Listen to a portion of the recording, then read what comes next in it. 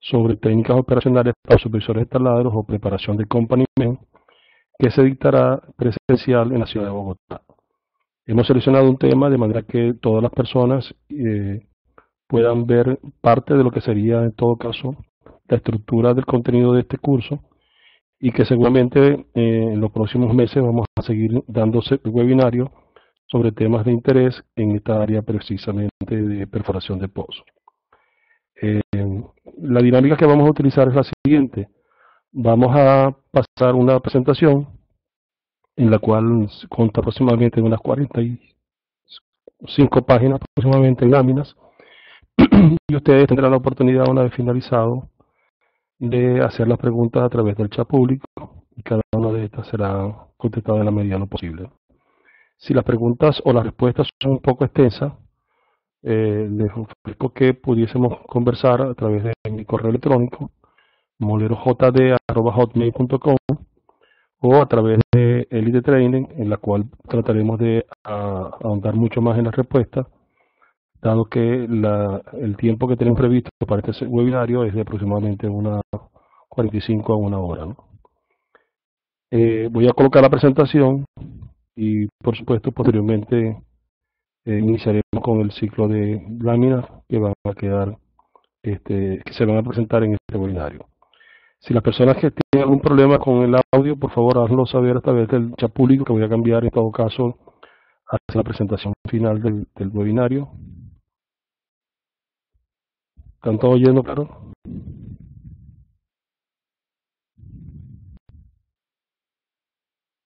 Perfecto.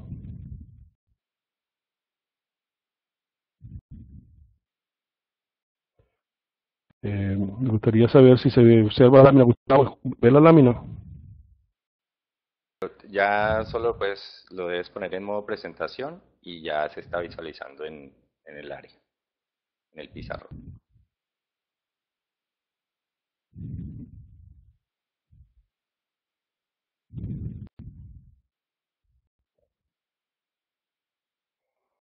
Ok. El webinario, su nombre es Teoría de Presiones que interviene en la operación de un pozo, y es el curso asociado son técnicas operacionales para supervisores de taladro, a dictarse del 23 al 27. Hemos seleccionado este tema, dado que es uno de los de mayor énfasis medular en lo que corresponde al control del pozo, y dado que seguramente muchos de ustedes han visto el curso de control de pozos, que son de carácter obligatorio para la certificación internacional generada por la IADC o generada por la IWSF. Quizás muchos de los que están ahorita presentes han realizado ese curso, y seguramente mucha de la información en ocasiones anteriores ya lo han visto, pero la idea es refrescar parte de lo que supuestamente es las presiones que intervienen en la operación de un pozo, y lo más importante, la relación que debe existir entre ellas para que todas las cosas dentro del pozo sucedan a favor nuestro y no a favor del pozo. El objetivo es definir y describir las diferentes presiones que están involucradas en la perforación de un pozo, así como su mecanismo de estimación, sus formulaciones y la relación final que debe existir entre ellas a fin de evitar contingencias tanto para el pozo como para quizás la vida de yacimiento, el personal que se encuentra en superficie y en los taladros que están operando. Vamos a hacer una pequeña introducción acerca de lo que es teoría de presiones. Primero, una parte es la litología, que es parte de la geología que estudia las diferentes formaciones que se encuentran en la litósfera, una envoltura rocosa que constituye la corteza del globo terrestre. Estas están compuestas por diferentes formaciones, categorizadas por supuesto como lutitas, arcillas, areniscas, carbonatos, yesos, domos de sal, etc. Existe, como ustedes todos saben, una teoría orgánica y una teoría inorgánica. La teoría orgánica es la que repunta sobre la solidez de lo que es la formación de hidrocarburos. Es una descomposición y transformación de restos de animal y vegetal, los cuales fueron depositados y enterrados durante tiempos geológicos milenarios. Estos bajo la acción de un proceso de sedimentación y compactación de los estratos sometidos a presión y temperatura en el subsuelo a determinadas profundidades. Fuentes como las que acabamos de mencionar contribuyen a la generación del gas natural y o petróleo. El origen del yacimiento petrolífero se considera de origen orgánico y se requieren tres condiciones básicas para su formación. A saber, un medio rico en contenido orgánico, llámese pantano, planicies, delta de los ríos, etc. Un proceso de sedimentación rápido a fin de evitar la descomposición total de la vida antes de ser enterrados los elementos orgánicos. Y una trampa de hidrocarburo estructural, tales como fallas, domo de sal o quizás estratigráfica, como arrecifes, lentes de arena, canales de ríos y lechos de arena. Empezamos a hacer la conceptualización de cada una de las presiones que intervienen en la perforación del pozo. Quizás durante los cursos presenciales que nosotros dictamos de control de pozos o de materias que están relacionadas con presiones, siempre preguntamos cuál de las presiones que usted conoce que intervienen en la perforación del pozo es la más importante o la segunda más importante. O sea, traten de escoger ustedes cuáles serían dos de las presiones de las que conocen que intervienen en la perforación del pozo de mayor importancia.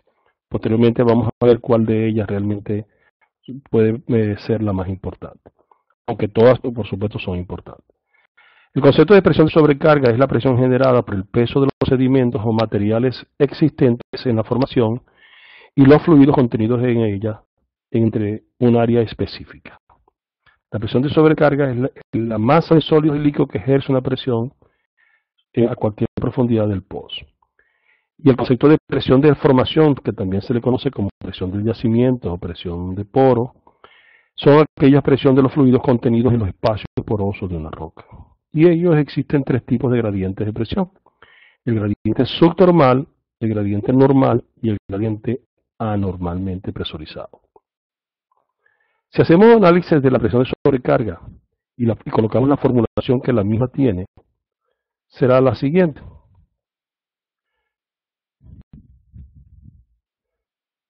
Gradiente de sobrecarga igual a 0.433 multiplicado por la gravedad específica de los sólidos multiplicado por 1 menos la porosidad, más 0.433 por la gravedad específica de los fluidos o de los líquidos multiplicado por la porosidad. Eso por supuesto es PSI por pie. Y la presión de sobrecarga será el gradiente de sobrecarga multiplicado por la profundidad a la cual queremos tomar esa ecuación, y ese valor nos va a dar en PSI. Regresando a la fórmula de gradiente de sobrecarga, hace algún tiempo la gente del Instituto Americano del Petróleo, API, hizo un estudio en el campo de Luisiana, en el campo de Texas, donde de la perforación de unos 350 pozos arrojaron tres datos muy importantes. Los tres datos son los siguientes: la gravedad específica de los sólidos conseguidos oscilaba entre 2.5 y 2.7. La gravedad específica de los fluidos, de los líquidos conseguidos, oscilaba entre 1 y 1.1. Recuerden que la salinidad que existe a nivel de fondo no es agua dulce, una salinidad entre 80.000 y 100.000 partes por millón en algunos de los casos, y la porosidad conseguida en esos pozos oscilaba entre 10 y 15%. Si nosotros metemos todos los valores mínimos, 2.5, 1 o 10% en la fórmula superior, y metemos los valores máximos, 2.7, 1.1 y 15 en la fórmula superior, nos va a dar dos valores de gradiente de sobrecarga. Uno mínimo nos va a dar uno máximo. El máximo, metiendo los valores más altos, nunca va a ser mayor de 1.07. Aproximadamente ese es el valor máximo. Por supuesto, entre los dos tendríamos entonces un valor de gradiente de sobrecarga promedio, que es el gradiente de sobrecarga promedio que utilizamos para calcular la presión de sobrecarga. Y ese valor es 1 PSI por pie. O sea que si nosotros queremos en un momento dado calcular la presión de sobrecarga, solamente tenemos que multiplicar 1 por la profundidad a la cual queremos tomar ese valor, ejemplo 8.000 pies, y tendrá entonces una presión de sobrecarga de 8.000 PSI. Muchos autores, en aras de calcular las otras presiones, donde se requiere el uso de gradientes de sobrecarga, utilizan un PSI por pie. Algunos de los autores, Huber y Willis, Matthews y Kelley, McPherson, Zamora, Baker, utilizan ese valor de un PSI por pie. Hay otros autores que no utilizan ese valor de un PSI por pie, sino que utilizan una curva variable del área. O sea, cuánto sería la tendencia del gradiente de sobrecarga dependiendo de la profundidad. Otros autores no lo hacen así, sino sencillamente utilizan un PSI por pie.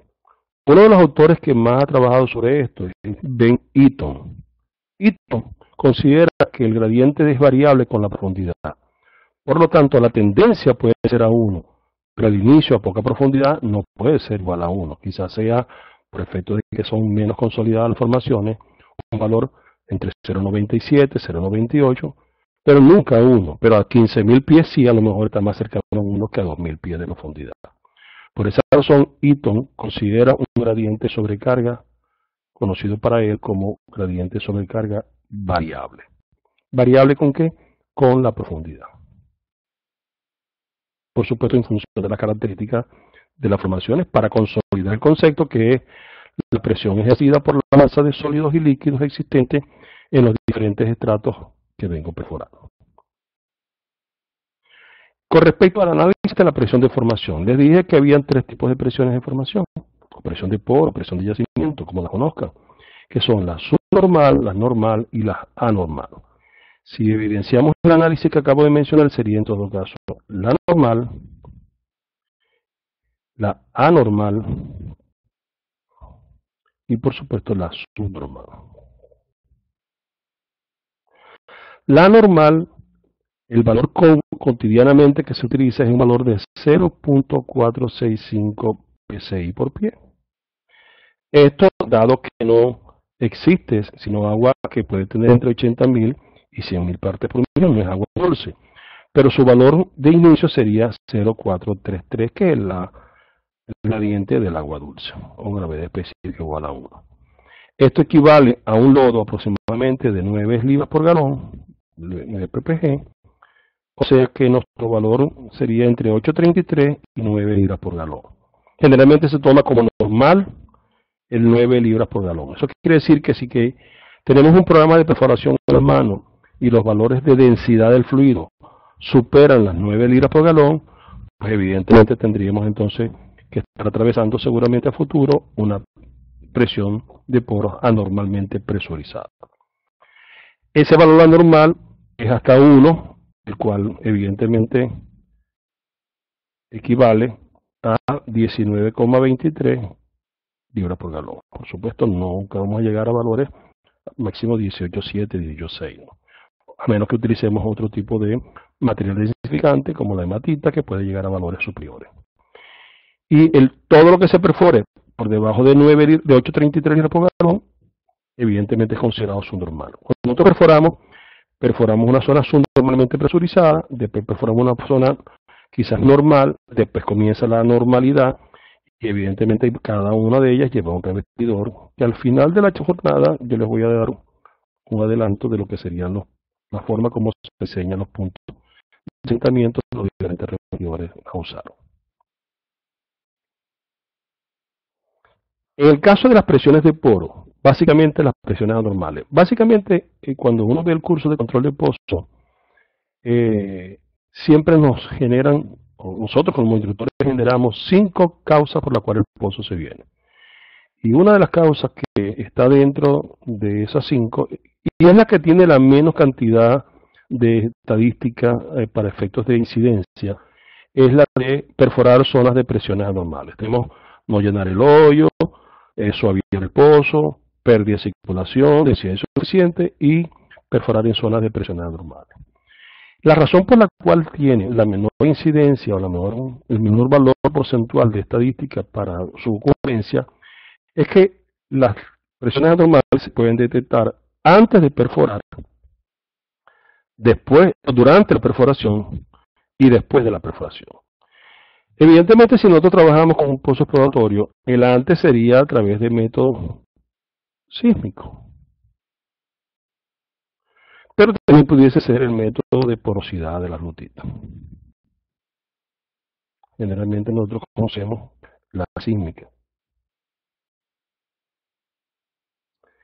En el durante, que es el que sí vemos nosotros, mucha gente quizás de los que está presente en el webinario nunca ha visto un método sísmico en vivo cuando se está haciendo, a lo mejor otros han tenido la gran suerte de verlo.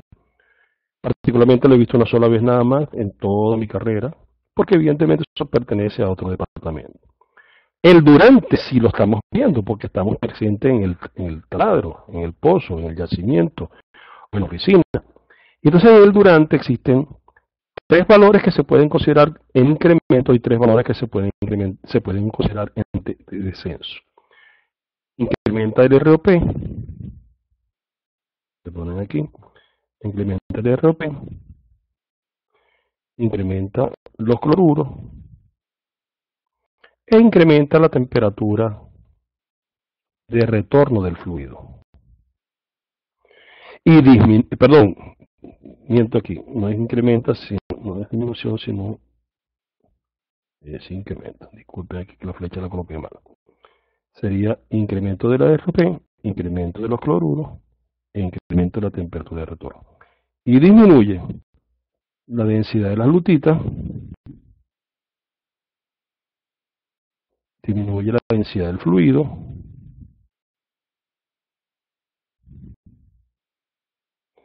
y disminuye el exponente D. En el caso del exponente D, es un modelo matemático desarrollado por Jordan y Shirley que nos permite, a través de 4 factores mecánicos, peso sobre la roca, revoluciones por minuto, diámetro del hoyo y tasa de penetración, calcular el comportamiento de ese valor funcional que nos permita una alerta de que posiblemente estemos entrando en zonas de presiones anormalmente presurizadas. Ya vamos a ver el comportamiento gráfico. Y en el caso de después, vamos a ver, lo podemos ver a través del método sónico, o quizás los registros eléctricos que siempre vamos a tener en el pozo, como son los registros de resistividad o quizás de conductividad. Si escogemos de todo el panorama que tenemos para técnicas de presión normal, podemos decir entonces que el método sísmico es uno por excelencia muy utilizado. El comportamiento del tiempo de tránsito del método sísmico es a incrementar. Esa es la clave donde podemos decir que ahí estamos entrando en zonas de presiones anormalmente presurizadas.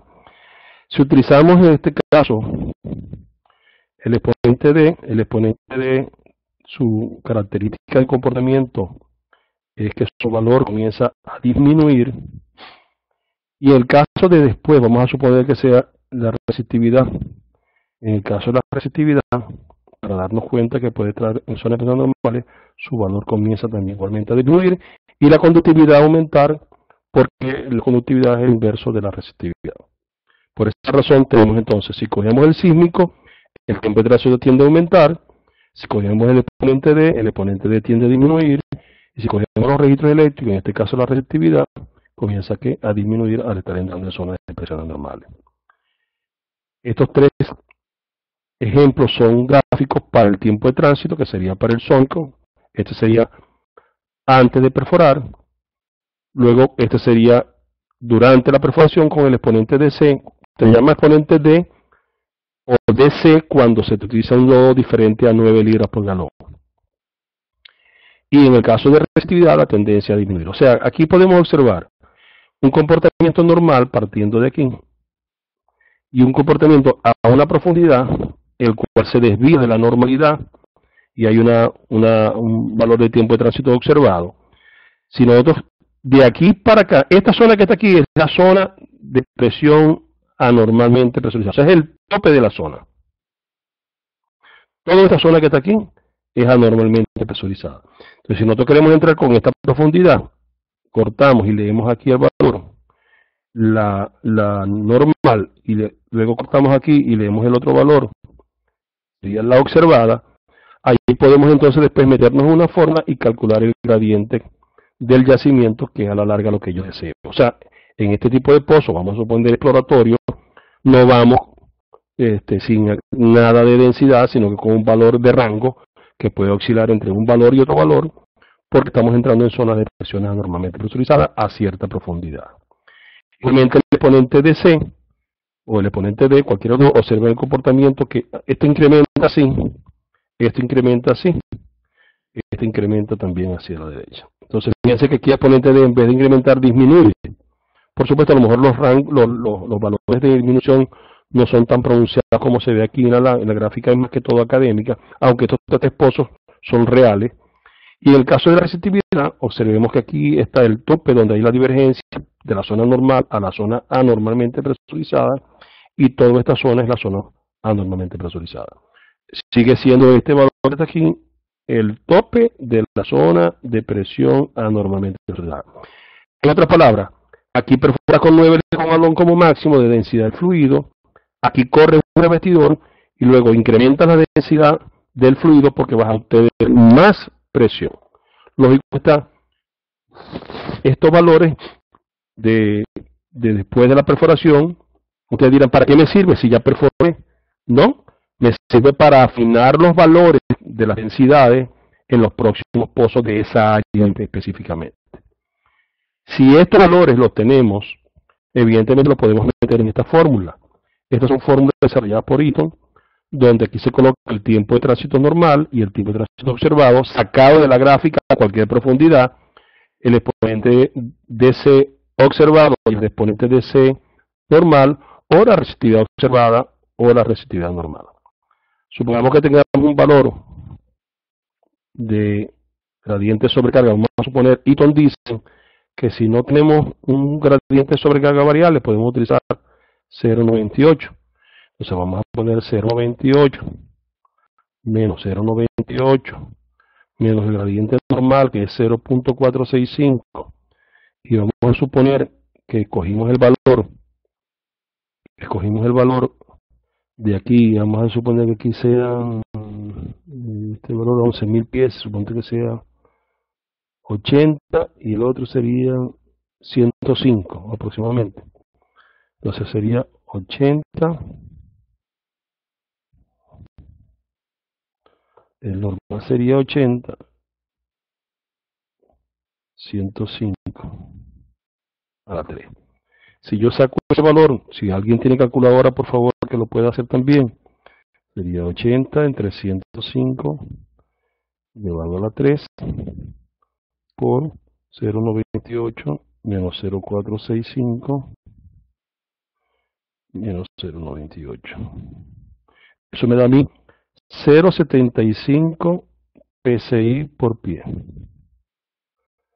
Entonces, si estamos a, supongo, 11.000 pies de profundidad, será 0,75 por 11.000 pies de profundidad. 0,75 por 11.000 pies de profundidad nos va a dar una presión de la formación de 8.250 PSI. Si ese valor de presión de formación lo convierte en densidad equivalente, será 8.250 entre 0.052 y 11.000. Eso me da entre 0.052 y 11.000. Eso me da 14,4. 14,4 ppg es lo que es equivalente a 0,75. La densidad del fluido de perforación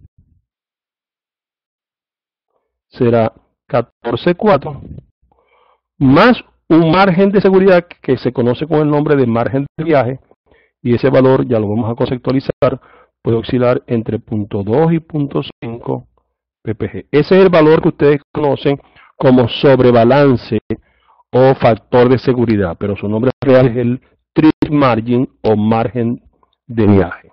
La razón es porque no se puede perforar sino con un cierto valor de sobrebalance, que generalmente lo necesitamos para sacar tubería fuera del fondo del pozo. En otras palabras, si asumimos 0.3, la densidad del fluido de perforación será 14,7.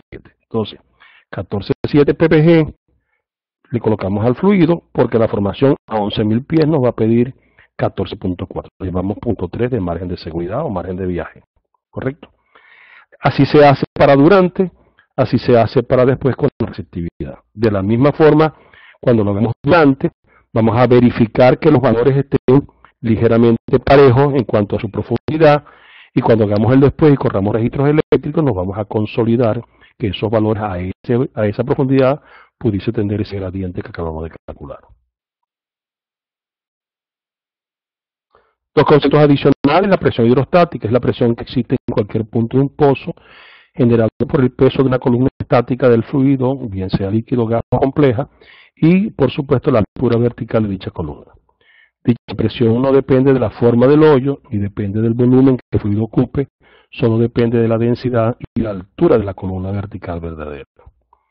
Y en el caso de la presión de fractura, es la presión que resiste la formación a abrirse o fracturarse en un punto dado del hoyo, esto debido a las fuerzas existentes en una formación. Su valor es calculado siempre en el lugar más débil, y este será el valor de la profundidad de la zapata del revestidor que esté más pegado a la superficie y que esté descubierto, por supuesto. Ahí están los dos conceptos que les mencioné. El margen de viaje o treat margin es el valor de densidad adicional, por eso se le llama sobrebalance, que al fluido de perforación que iguala en hidrostática la presión del yacimiento debe dársele para garantizar que cuando se esté en condiciones estáticas, y la razón es que en condiciones dinámicas la presión de fondo es ligeramente superior, no se produzca contingencia de arremetidas, amagos, influjos o quicos, brote, como ustedes lo quieran llamar.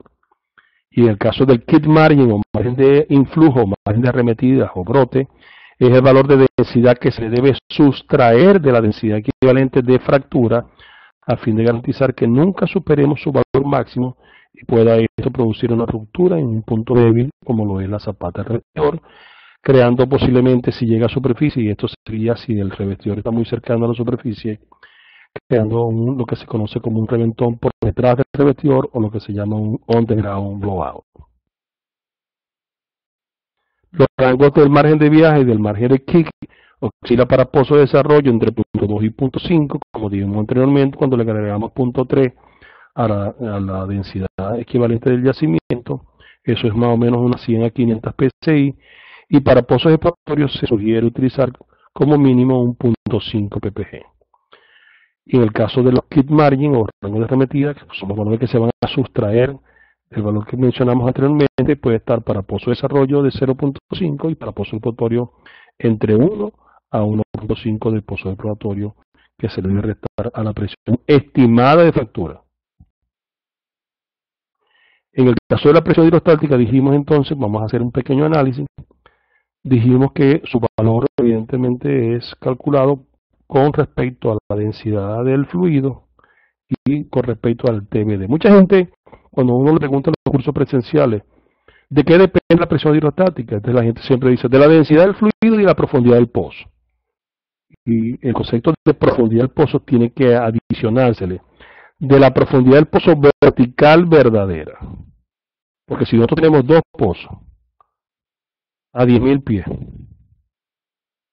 uno completamente lleno de fluido y el otro a 10.000 pies parcialmente lleno de fluido, la presión hidrostática del pozo A no es igual al pozo B. Hay una diferencia entre el A y el B, porque el concepto sería la presión que ejerce una columna hidrostática en fluido. En este caso la columna de A es mayor que la de B.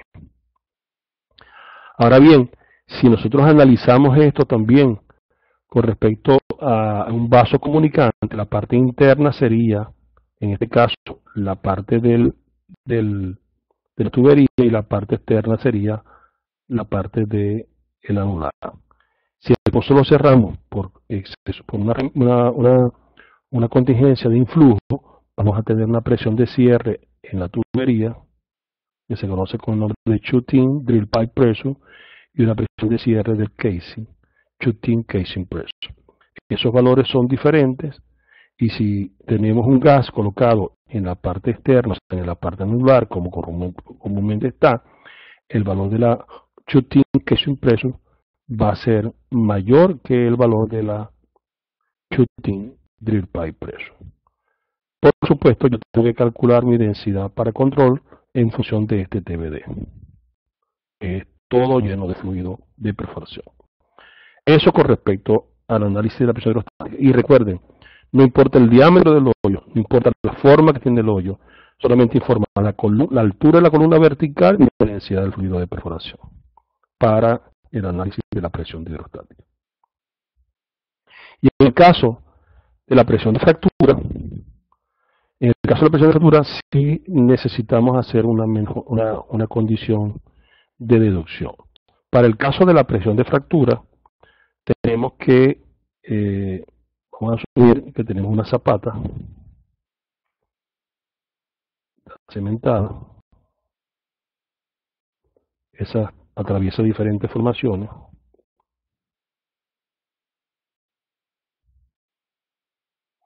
Y supongamos que queremos conocer nuestra presión de fractura. Vamos a llamarlo PF mayúscula. Y supongamos que tenemos aquí un pequeño poro. Vamos a hacerle un zoom al poro. Y queremos conocer la presión de fractura. El valor que tenemos por encima de ese poro es el valor de la presión de sobrecarga. El valor que tiene el poro es la presión de poros o de presión de formación o de yacimiento, que ya calculamos en cualquier sentido. Y tenemos, por supuesto, un componente sólido, que sería un esfuerzo horizontal y un esfuerzo vertical. Si hacemos una sumatoria de presiones, la presión de fractura será igual a las dos presiones que se le contravienen, que son la presión del yacimiento más el esfuerzo horizontal. Y la presión de sobrecarga será la presión del yacimiento o de formación más el esfuerzo vertical. Se conoce con el nombre de coeficiente de esfuerzo de matriz de la roca, denominada técnicamente K, a la relación entre el esfuerzo horizontal y el esfuerzo vertical. Si despejamos el esfuerzo horizontal, nos queda que es K por el esfuerzo vertical. Y si a su vez el esfuerzo vertical lo despejamos de aquí, de sobrecarga, ¿verdad? Este valor aquí será la sobrecarga menos la presión del yacimiento. Entonces será K por la presión de sobrecarga menos la presión del yacimiento. De allí entonces que la presión de fractura, que sería de aquí, será la presión del yacimiento más el esfuerzo vertical, horizontal, y el esfuerzo horizontal es K por la presión de sobrecarga menos la presión del yacimiento. Y así obtenemos nuestra presión de sobrecarga, fractura. Muchos autores le han dado valores o formas de calcular al coeficiente de esfuerzo K. Uno de ellos es Eaton. Y Eaton hace que K sea una función de una relación que se llama μ, conocida como la relación de Poisson. El que vio resistencia en materiales seguramente en la universidad lo pudo haber visto. Y ese valor de K para Eaton es μ sobre 1 menos μ, lo cual hace que la presión de fractura sea igual a la presión del yacimiento,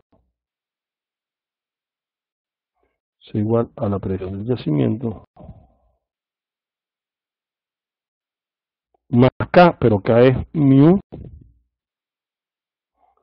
1 menos μ, y eso multiplicado por la presión de sobrecarga menos la presión de yacimiento.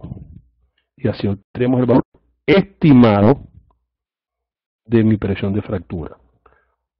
Ese valor estimado es medular, porque junto con la presión estimada de la presión del yacimiento, la voy a juntar, le voy a agregar a una, que sería a la del yacimiento, el margen de viaje, y le voy a restar a la otra, que sería la presión de fractura, el margen de kick, y voy a trabajar para poder consolidar los puntos de asentamiento óptimo de los revestidores de manera general. Por supuesto, esto lo hacen los software. Todo lo que estamos haciendo es para entender por detrás del computador cómo el software lo va a hacer. Si nosotros miramos por delante primero, no podemos entender ni validar todos los resultados, porque si le metemos datos malos, malos resultados van a salir. Por esa razón es que es importante conocer la teoría antes de conocer evidentemente el software, porque el software es un mecanismo de hacer estos valores mucho más rápido y por supuesto son eficientes 100% siempre y cuando lo entendamos, ¿ok? Si yo no tengo un valor estimado, tanto de la presión de cimiento como la presión de fractura, ¿cómo entonces decido utilizar un mecanismo para calcular los puntos de asentamiento óptimo? La presión de fractura se puede calcular de manera estimada o también se puede calcular haciendo lo que se conoce como un leak-off test. El leak-off test se debe realizar cada vez que se asienta un revestidor y se vaya a continuar perforando, y más aún en lo que se conoce con pozos exploratorios, por lo menos o exploratorios o semi-exploratorios.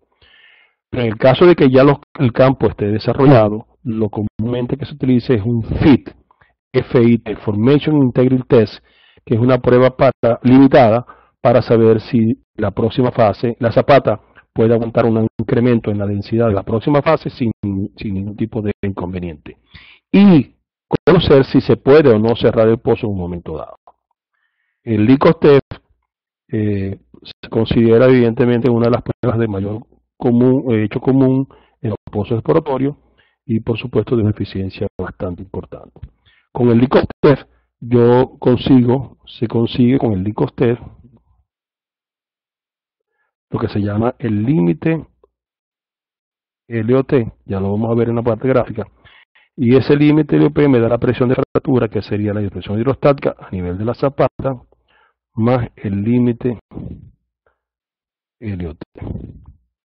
Y la presión hidrostática de la zapata será 0.052 por la densidad del fluido, por el TBD de la zapata.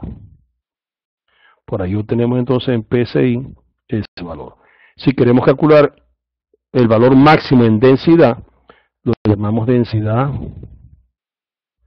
equivalente máxima, que va a ser igual a la presión de fractura entre 0.052 por el TBD de la zapata.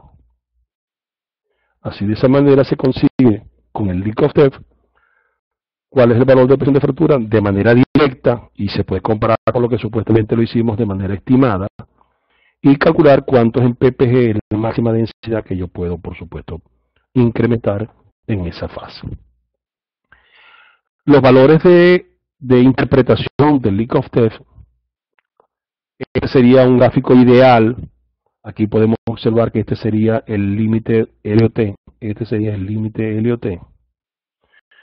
El límite LOT en la curva de la gráfica es donde finaliza el rango elástico. Aquí, como ustedes saben, esto es el rango elástico. Y luego existe un rango plástico. Ese rango plástico, evidentemente, se originó después que bombeé cierta cantidad de fluido adicional. Y para evitar, porque uno no sabe si se fractura aquí, aquí o aquí o aquí, uno lo que hace es que toma donde finaliza el rango elástico y ese valor sería el límite LOT.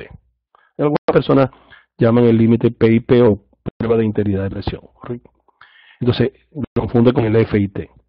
Entonces, este valor de LOT en un gráfico normal pudiese ser diferente o pudiese suceder alguna anomalía durante el proceso de prueba. Por esa razón coloqué adicionalmente una gráfica que me permita visualizar cómo presurizo para llegar al valor de 1000 PSI y por supuesto cómo interpreto el resultado de la prueba, que a lo mejor fue diferente a la que le estoy mostrando como óptima.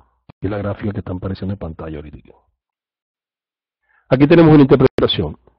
Esta parte que está aquí, esta primer gráfico, vamos a llamarlo 1, lo llamamos una prueba incompleta.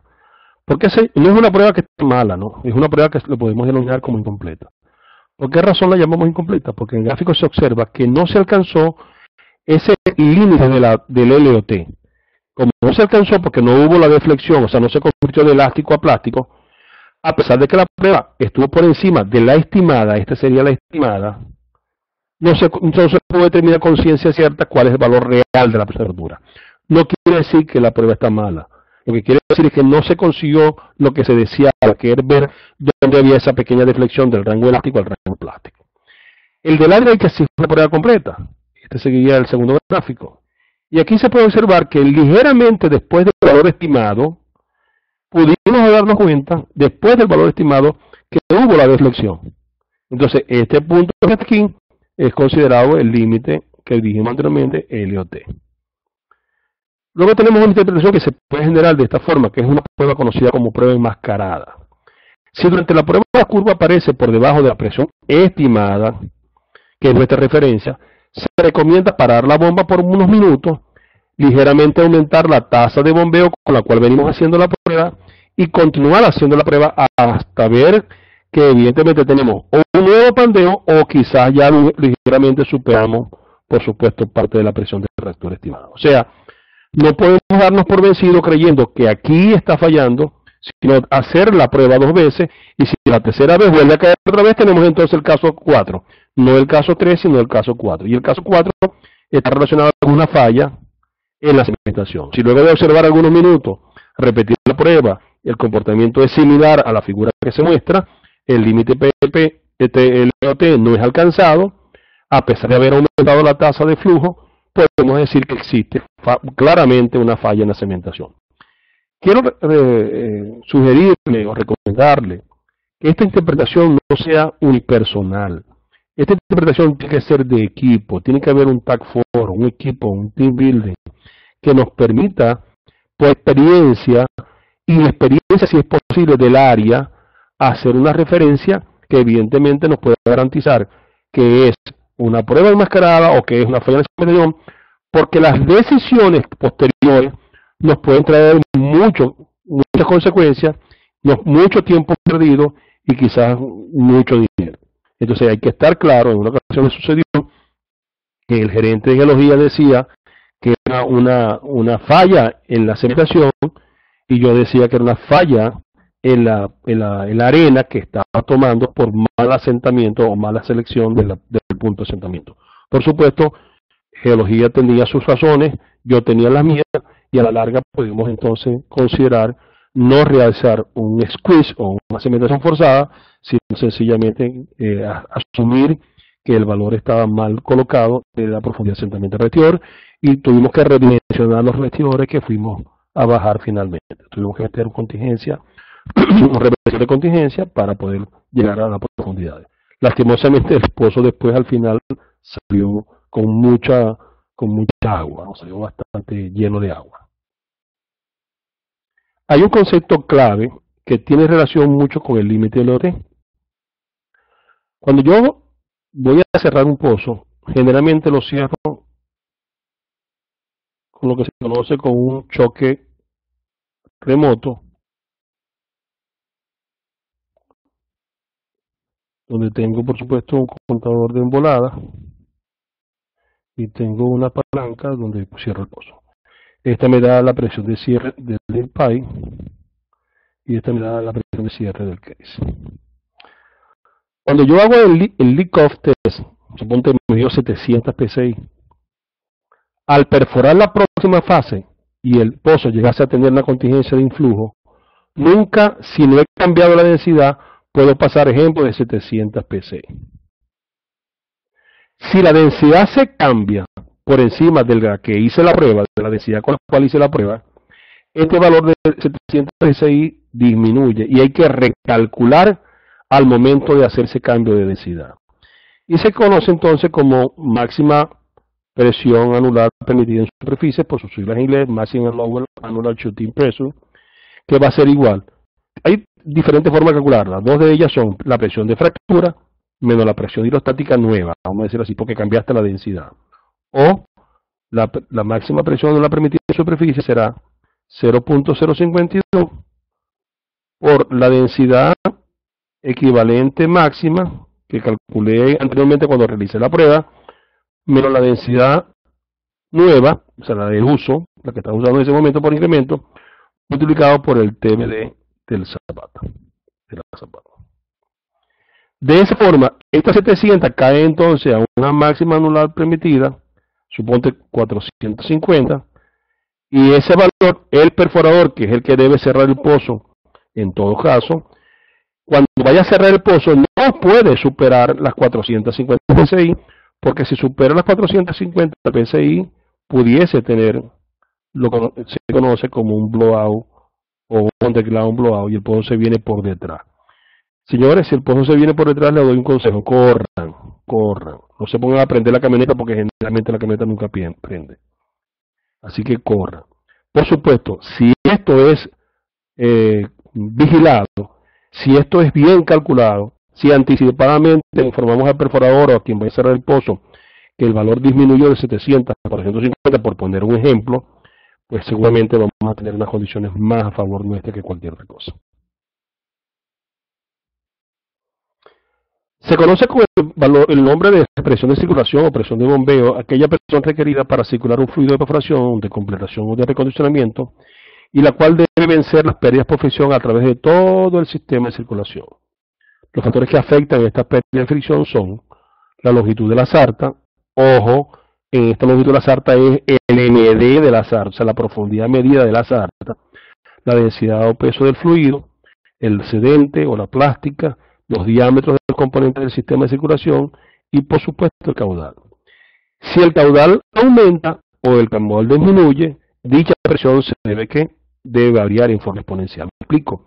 Si yo aumento de 400 galones por minuto a 500 galones por minuto, mi comportamiento de presión no es lineal, es un comportamiento exponencial. O si aumento, si disminuyo el caudal a un valor, también mi comportamiento es hacia la baja, pero de manera exponencial. Y es clave lo que dice aquí, de forma exponencial. Esa presión de circulación, que recorre todo un sistema de circulación, como pueden ver en la gráfica, evidentemente parte por el standpipe, desde la bomba, se pierde pérdida por presión allí, pasa por la manguera, sube el toe dry, la tubería, los drill collars, los orificios de la broca y los anulares, y retorna aquí como presión cero, o sea, presión atmosférica 14.7.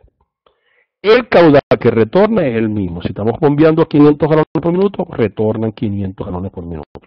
Si esos 500 galones por minuto generaron 2.800 PSI de presión de bombeo, la presión que retorna aquí es presión cero. Todo se pierde por fricción.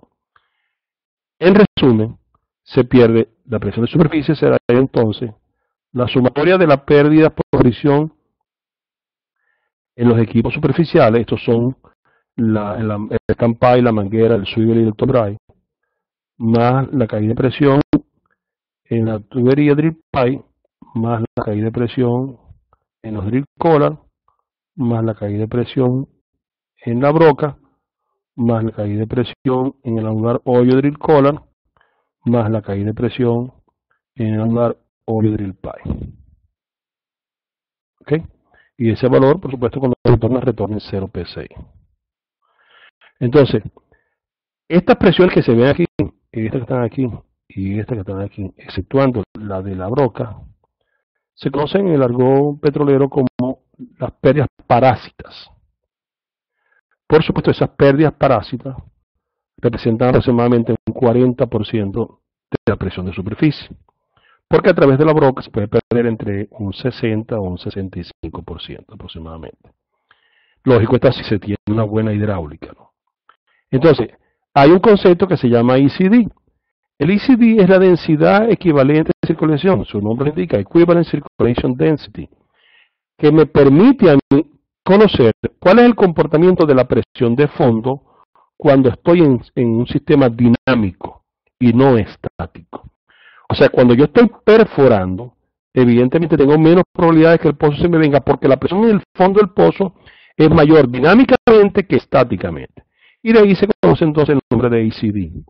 El ECD sería la densidad del fluido que estoy utilizando, más la sumatoria de las pérdidas por fricción solamente en el anular, que sería este que aparece aquí, pérdidas anulares, convertido en densidad entre 0.052 y entre el TBD del pozo. Y ese valor me va a dar a mí el valor que dinámicamente tengo en el fondo del pozo cuando estoy perforando. Ese es el valor que me va a dar a mí el ECD. Cuando yo paro la bomba, no tengo circulación, no tengo pérdidas por fricción, por lo tanto mi densidad estática es menor que mi densidad dinámica. Y esa es la razón por la cual las contingencias de influjos son más durante los viajes, que estoy estático, que durante la perforación. Porque durante la perforación tengo a favor el ICD. Ese valor como regla de campo lo podemos utilizar si no tenemos que calcular la forma de calcular las pérdidas por fricción como un 10% de la presión de superficie.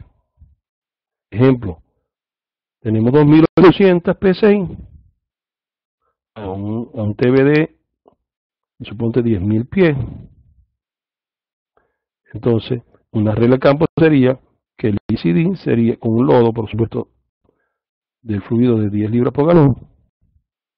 Tenemos entonces 10 más el 10% de 2800, que sería 0.10 por 2800. Vamos a ponerlo mejor así, para que no, el 10% de 2800 sobre 0.052 por 10.000 pies. Eso me da a mí, si utilizo la calculadora, 280 dividido entre 0.052 y dividido entre 10.000 pies. Eso me da a mí 280 de 0.052 entre 10.000 pies. Esto me da a mí 0.5 más 10 me da 10.5.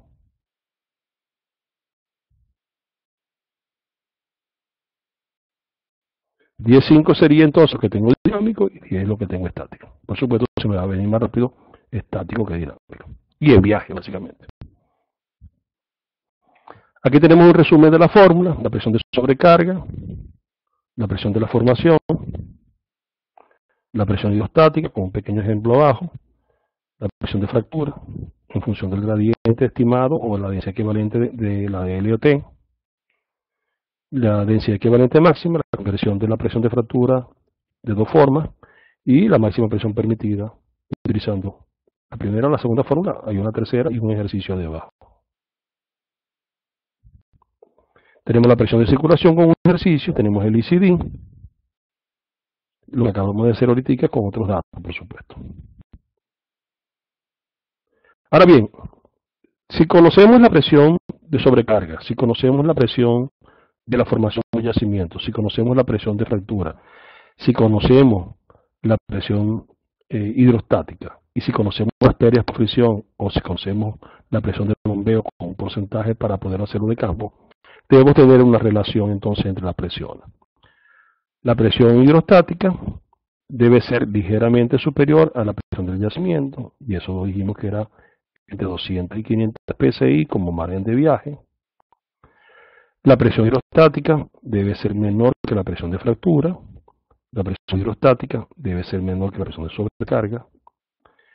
Y por supuesto, un porcentaje de la presión de superficie más la presión hidrostática debe ser ligeramente mayor que la presión del yacimiento.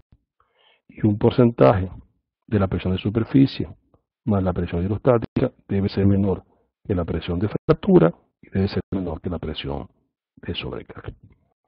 Esta relación, si la mantenemos de esta forma, vamos a tener, por supuesto, menos probabilidades de contingencia de influjo, y por supuesto nos vamos a tener a favor nuestro el control del fondo del pozo, que a la larga es lo que deseamos.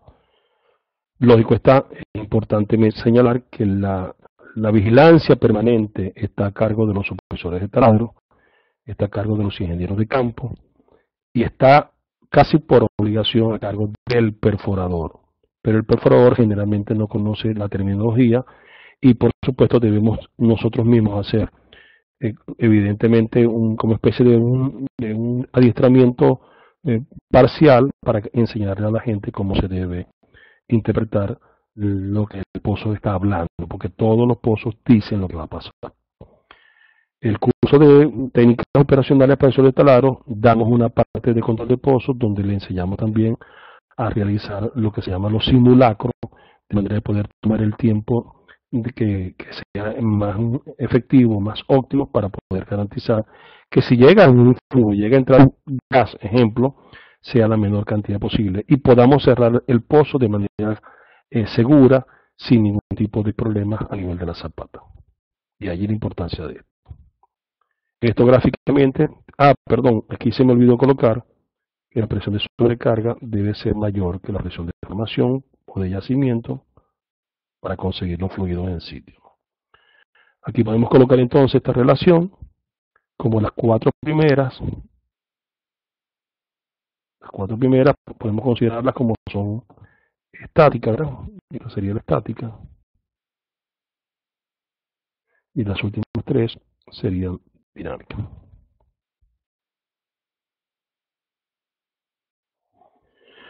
Con estos garantizamos, por supuesto, conocimiento pleno de las 5 presiones que intervienen en la perforación de un pozo. Básicamente solamente podemos manejar a nuestro antojo de las 4 que están en el yacimiento y en el pozo como tal, sacándola de circulación. Podemos manejar a nuestro antojo la hidrostática, pero todas las fórmulas llevan la de sobrecarga. Si yo preguntase de nuevo cuál es la presión más importante, es aquella que las otras necesitan de ella para poder calcularse, y esta sería la presión de sobrecarga. Sin la presión de sobrecarga no puedo calcular la de yacimiento, sin la de yacimiento no puedo calcular la hidrostática, si la de sobrecarga no puedo calcular la de fractura, pues de manera estimada, y sin la de fractura no puedo calcular cuál es la densidad máxima que puedo utilizar en ese pozo. Por eso que la presión de sobrecarga es un valor fundamental, y haber explicado de dónde salen sus valores, evidentemente le da a usted una idea de poder utilizarla sin ningún tipo de tratamiento. Los software de alguna manera tienen que tener esos valores. Hay algunos campos en el mundo donde tienen sobrecarga variable ya definida. Para finalizar en la parte del webinario, le incluí entonces un diseño gráfico de los puntos de asentamiento, de manera muy general, ¿no? Esto se ve en el curso muy someramente, se ve más en los cursos de ingeniería. El IT3 tiene un programa de especialización que está a la orden, donde se deben cumplir ciertos parámetros. Los que estén interesados pueden visitar su página y de seguro allí pueden obtener mayor información. La selección de los puntos de asentamiento de los revestidores es de vital importancia en la ingeniería de diseño en un programa de perforación. Muchos pozos han fallado, tanto desde el punto de vista económico de la ingeniería como en lo económico real. Esto dado a los programas de revestimiento se han especificado en profundidades o muy someras o muy profundas. Ambas cosas no son buenas. La explicación sobre unos pocos principios básicos de perforación, combinando con el conocimiento de condiciones geológicas del área, pueden ayudar a determinar dónde debemos asentar las artes de revestimiento. Esto a fin de garantizar que la perforación continúe con una mínima dificultad. Existen algunos criterios para utilizar los puntos de asentamiento. Criterios que son bastante fuertes, son suposiciones bastante fuertes. Primero, que la profundidad de la zapata debe ser tal que en caso de una arremetida de gas y bajo la hipótesis de que el hoyo desnudo quede completamente lleno de gas, no ocurre una fractura en las formaciones descubiertas por debajo de la zapata. O sea, esto es sencillamente eso. Tenemos una zapata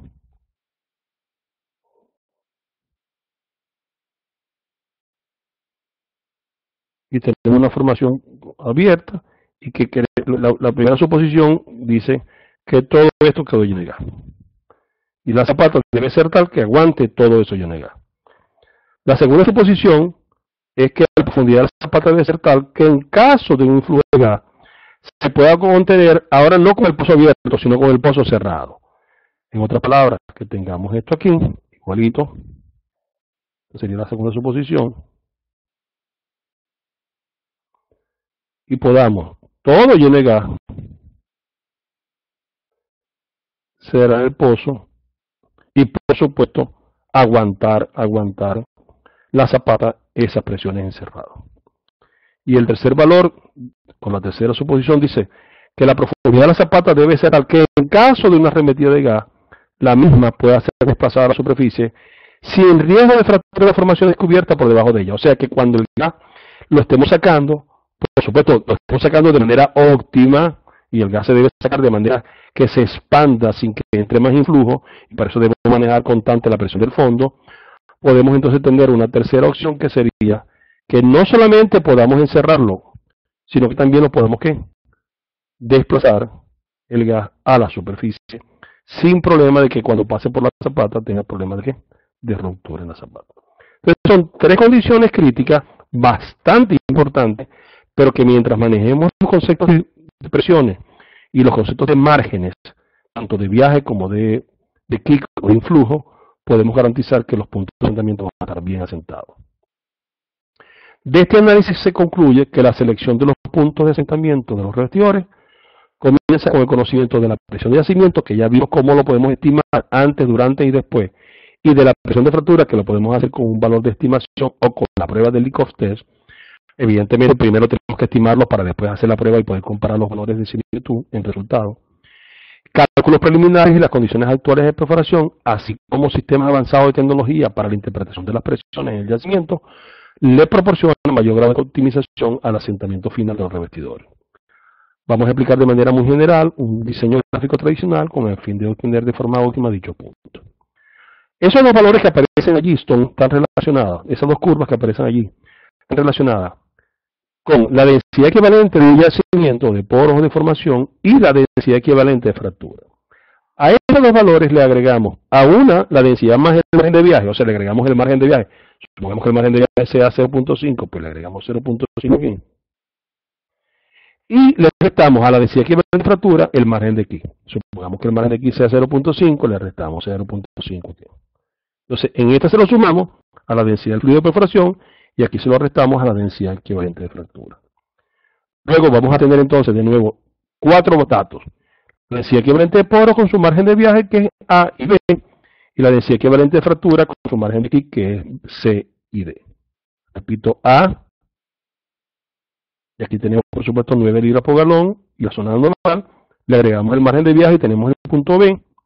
Luego tenemos entonces en la presión de fractura, que es la densidad C, y le restamos el margen de aquí, que sería en este caso la letra D.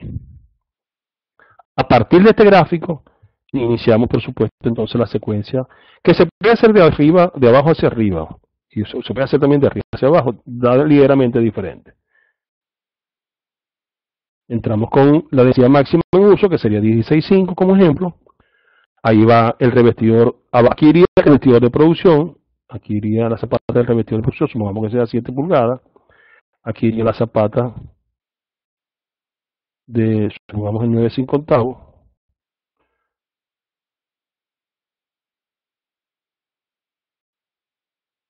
Y ahí iría la zapata del revestidor de superficie, supongamos 13/8.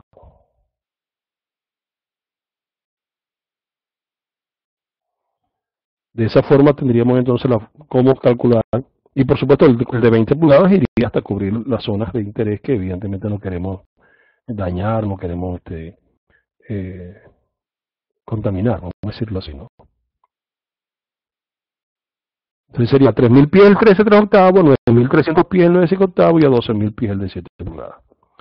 Este es un resultado que es computarizado. Este es el case in sí de la plataforma de Landmark, que es una de las plataformas que yo más recomiendo, aunque me gusta otra, pero no la he manejado mucho.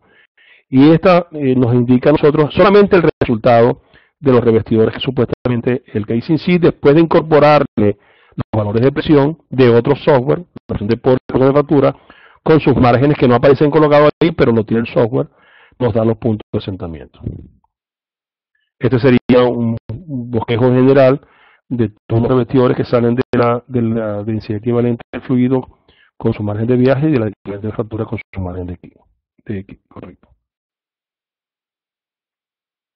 Finalmente, y algunas recomendaciones que se quedan cortas si es posible, porque evidentemente hay muchas más, debemos conocer los distintos mecanismos para calcular las distintas presiones involucradas, y conocerlo quiere decir no conceptualizar un software, sino conceptualizar lo que el software hace, para después confiar plenamente en el software.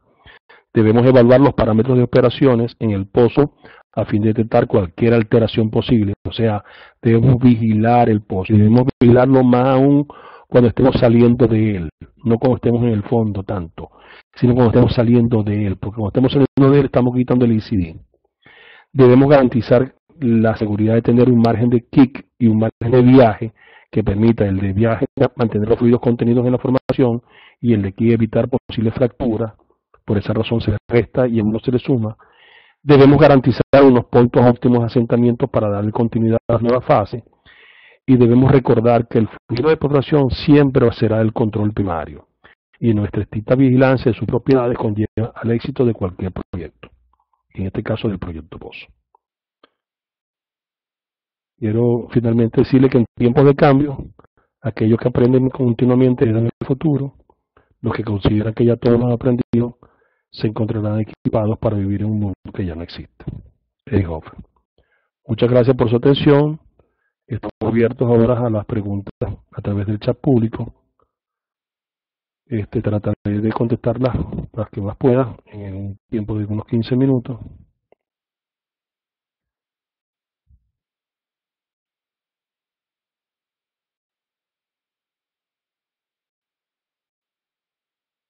Ok.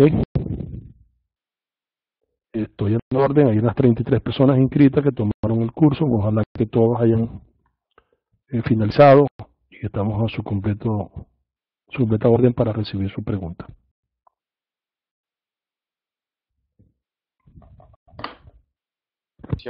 A todos, por favor, el que tenga preguntas los puede realizar a través del chat público. Yo contestaré a Gustavo aquí paralelo, ¿verdad? Cuando lea la pregunta, ¿correcto? Sí, correcto. Luis Carlos, dime, Luis Carlos, buenos días.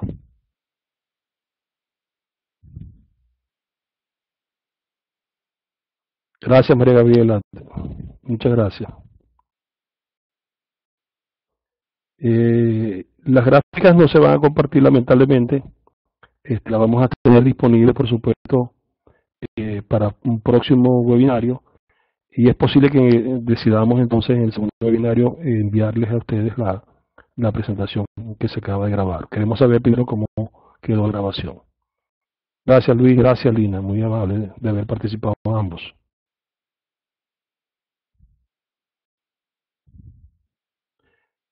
Dime, Juan Guillermo, dime cuáles son tus dudas para ver si te podemos ayudar. Gracias Hamilton, gracias.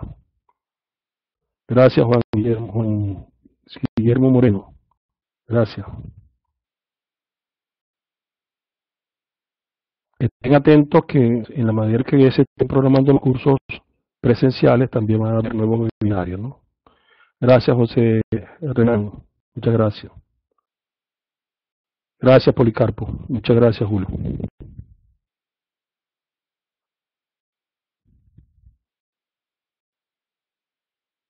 Gustavo, generalmente tienes que hacerlo con el peso que estás utilizando. Evidentemente sabemos que no es homogéneo, pero es la única forma de saberlo, ¿no?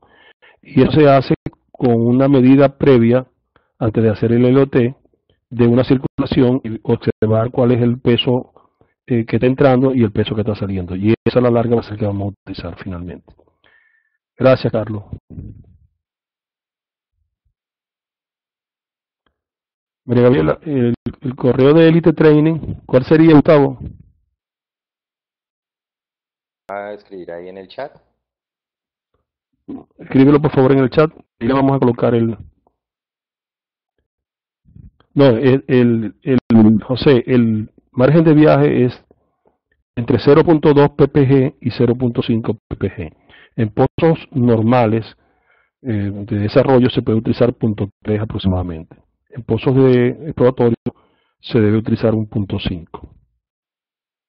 En el de viaje, correcto. En el caso de la zona horizontal, acuérdate que todo lo que supuestamente entre en la zona horizontal se debe calcular en base a la vertical que tiene. Gracias, Antonio. Gracias, Antonio. Y te recomiendo no dejar de seguir estudiando porque seguramente cuando vayas a entrar al mundo de la perforación, si no lo estás ya, te van a exigir el curso de Well Control, que es de carácter obligatorio para todos los que visiten el taladro.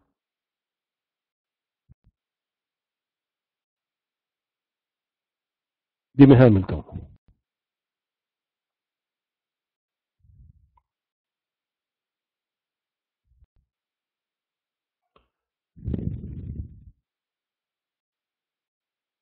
Gracias, gracias José. Gracias por tu aporte.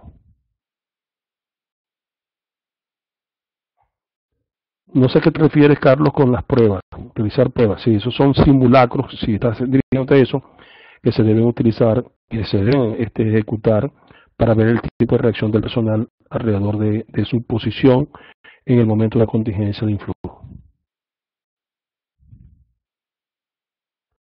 Wilfrido, gracias por tu apoyo. Es uno de mis estudiantes anteriores.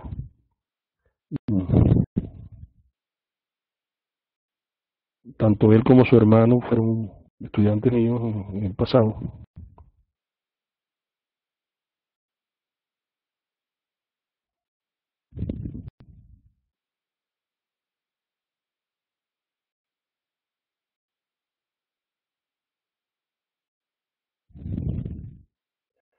En el caso de los golpes de aguete, definitivamente cuando una zapata está un poco profunda, no le va a hacer prácticamente nada. Pero una zapata somera que se cierre, supongo a 2000 pies, es posible que sí de pronto le pueda hacer algo.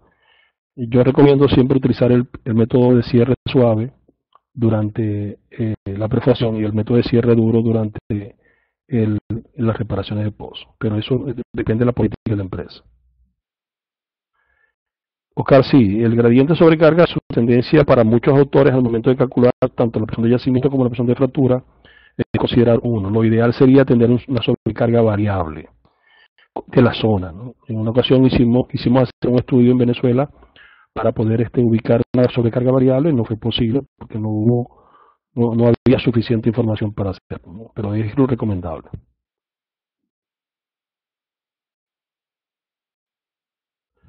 Antonio, en las páginas web hay mucho material. Yo te recomiendo un libro que es el Applied Drill Engineer, el módulo 1, el módulo 2, el módulo 1 si estás comenzando, que es bastante importante y bastante bueno. Gracias, Imán. Ojalá que puedas participar en próximo webinario.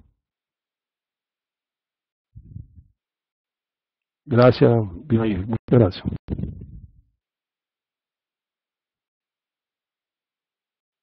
De nada, Oscar, de nada.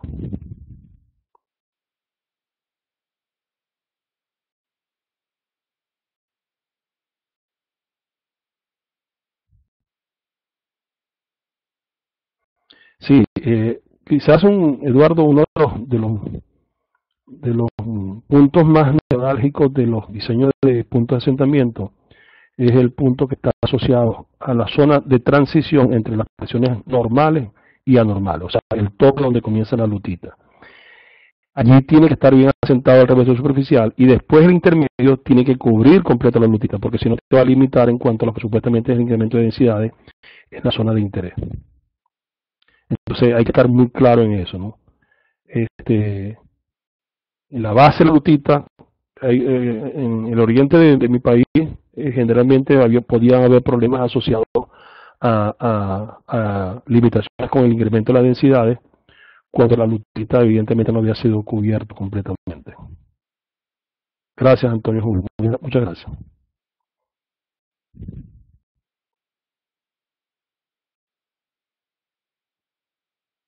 Gracias, muchachos. Espero que podamos vernos en un futuro curso. Gustavo, si estás haciendo una circulación de un influjo, suponte que tengas la broca en el fondo del pozo y tú decidas aplicar un método, ejemplo, el método del perforador. Si no calculaste el comportamiento de la presión del tope al momento de pasar la zapata y superas la presión de fractura, puedes tener un blowout subsuperficial. Por esa razón, la escogencia del método debe garantizar que la zapata esté colocada a un valor que cuando el gas pase por la zapata no se rompa. Gracias, Wilfredo. Seguramente nos vamos a ver en este mundo de Dios. Seguro. Eduardo, estamos a la orden. Así que, Gustavo, si vas a alcanzar la máxima presión permitida, y te recomiendo colocarle una A adicional, porque esto ha cambiado un poco por parte de la IADC, tienes que garantizar que el método que selecciones no vaya a romper la zapata. El método del perforador tiene más desventajas que el método de esperar y pesar o el método del ingeniero. Pero el método del ingeniero tiene más cálculo que el método de esperar del perforador. Así que esto hay que calcularlo. El comportamiento de la burbuja para ambos tiene que ser a que se expanda, pero las presiones que se van a tener en el método del perforador van a ser más altas que el método de esperar y pesar.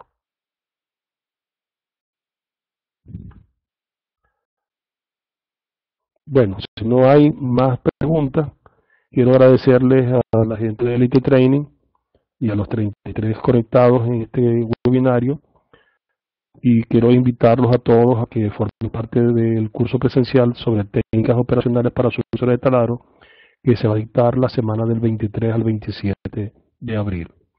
Se comunican con Elite Training y con mucho gusto ellos les darán la información respectiva. Muchas gracias por su atención. Gracias, Gustavo, a ti y a Miller. Y siempre, como te lo he dicho, estamos a tus completas órdenes. Muchísimas gracias, Jairo. Muchísimas gracias a todos los que participaron. El video del webinar va a quedar disponible a partir de esta tarde hasta el próximo domingo para que lo puedan ver nuevamente los que deseen hacerlo. Muchísimas gracias por tu asistencia. Gracias, Gustavo. Hasta luego, Gustavo. Hasta luego. Hasta luego. El video se va a ver ahí por el campus virtual, con la misma parte donde ingresaron antes de entrar aquí a la sala virtual. En el campus va a aparecer grabación, webinar, con la fecha de hoy y la hora. Eso va a aparecer más o menos ahora en la tarde y ahí lo van a poder observar a través del campus virtual. No, el video no es descargable, es visible a través del campus únicamente. Bueno, muchísimas gracias a todos y hasta una próxima oportunidad.